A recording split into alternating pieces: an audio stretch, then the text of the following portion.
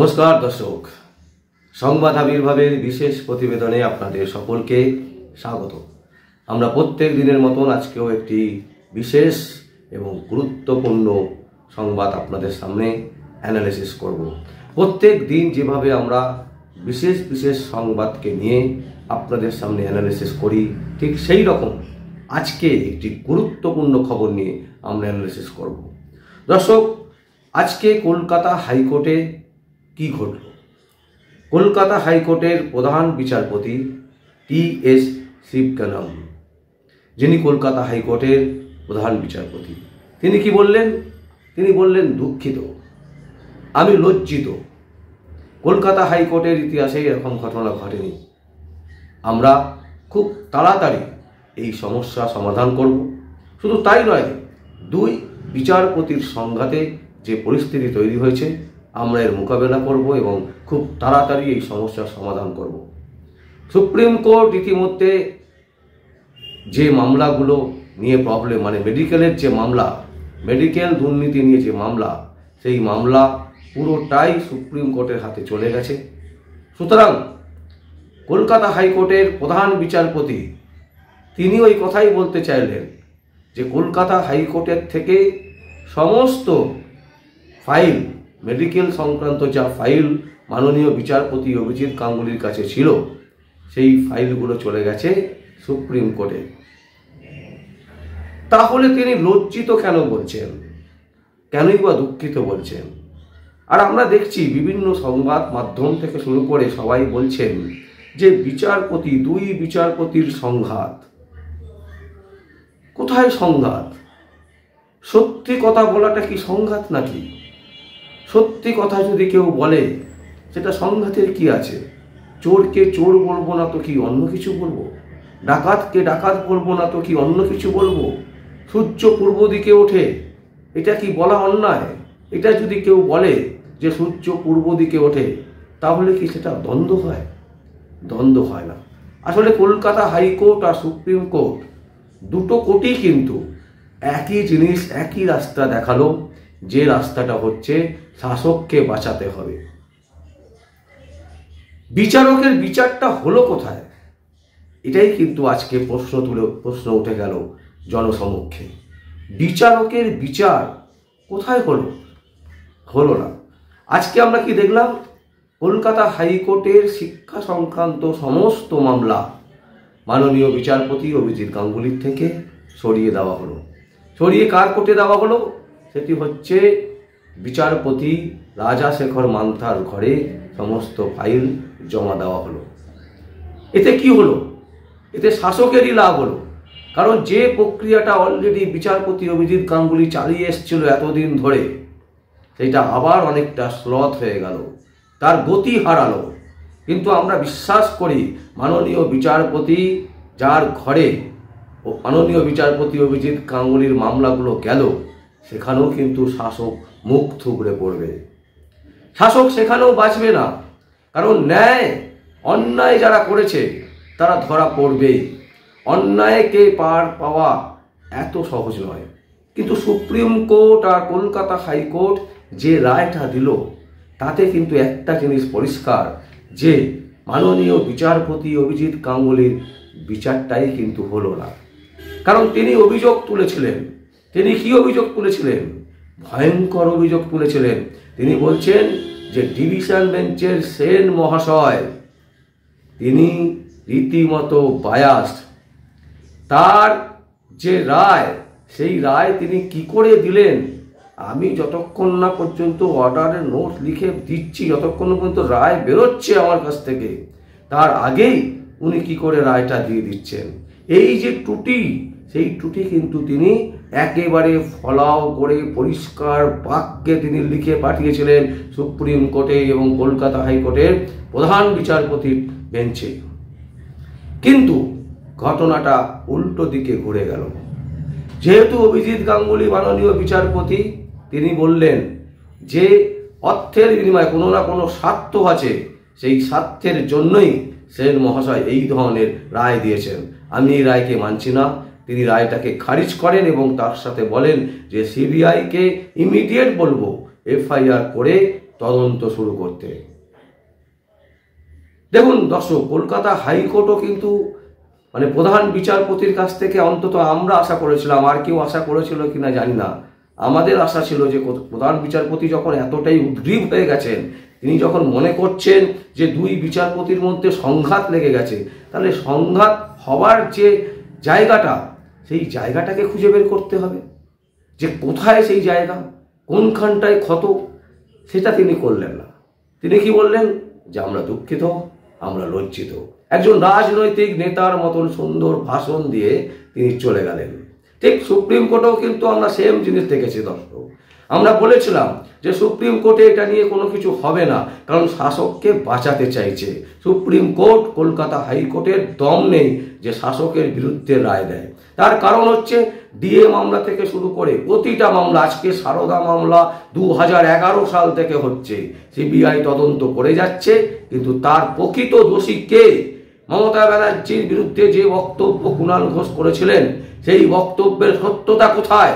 আদৌ কি তিনি সত্যি বলেছিলেন, নাকি মমতা ব্যানার্জির পুরোটাই গেম? এর উত্তর সাধারণ মানুষ জানতে চাইছে। সাধারণ মানুষ কলকাতা হাইকোর্টের প্রধান বিচারপতির কাছ থেকে এটা জানতে চাইছে না যে তিনি দুঃখিত বা লজ্জিত।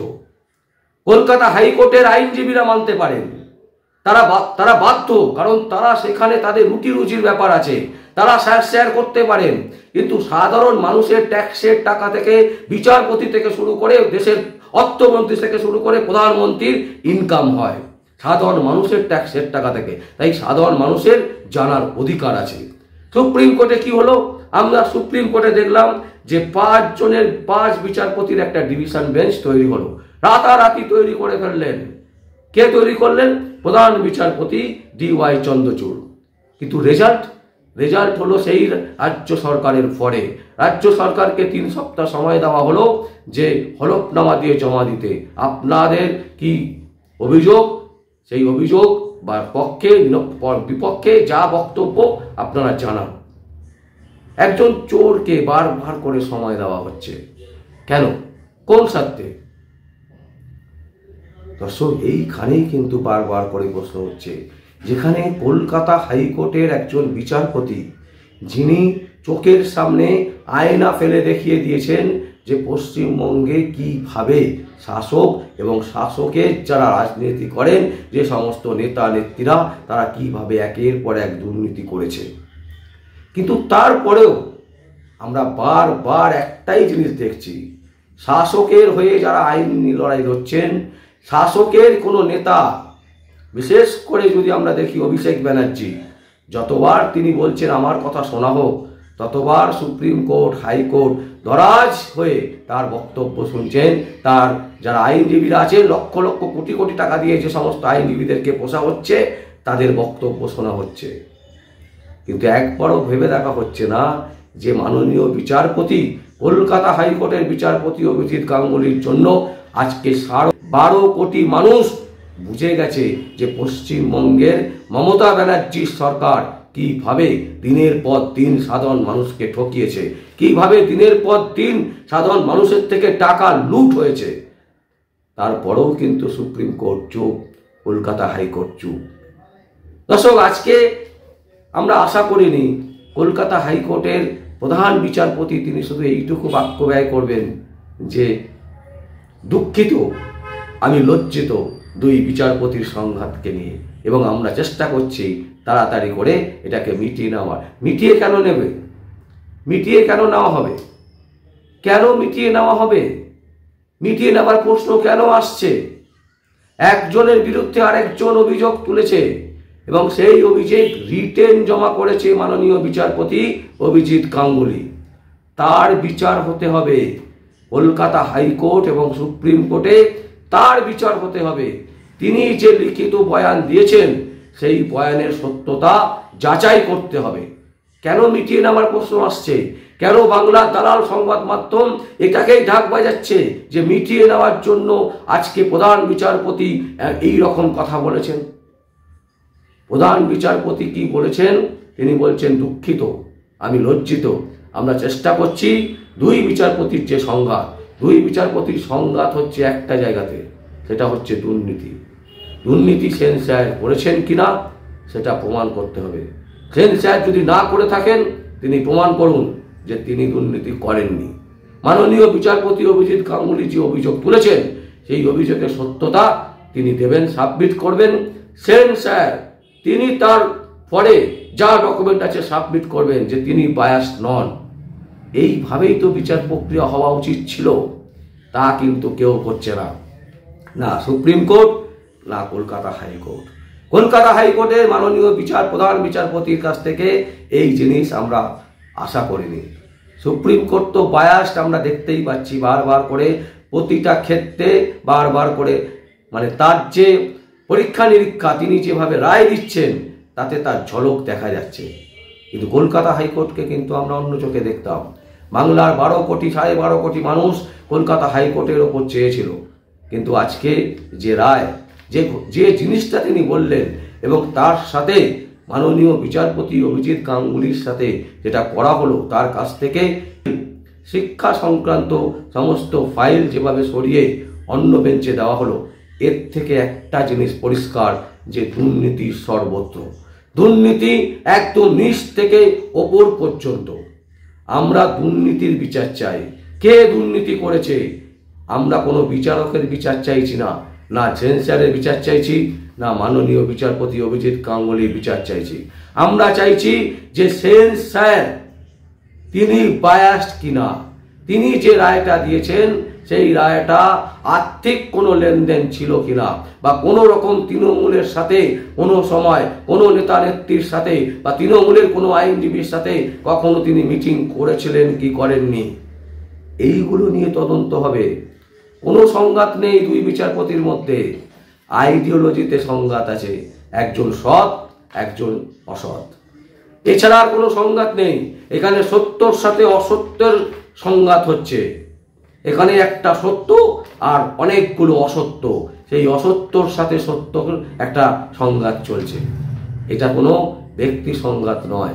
সুতরাং আপনারা যতই ঢাক বাজান, বাংলার 12.5 কোটি মানুষ কিন্তু বুঝতে পারছে যে এখানে দুর্নীতিকে আড়াল করার চেষ্টা হচ্ছে, দুর্নীতিকে চেপে যাওয়ার চেষ্টা হচ্ছে, কি সেন্ট্রাল থেকে হোক, সুপ্রিম কোর্ট থেকে হোক, কি কলকাতা হাইকোর্ট থেকে হোক।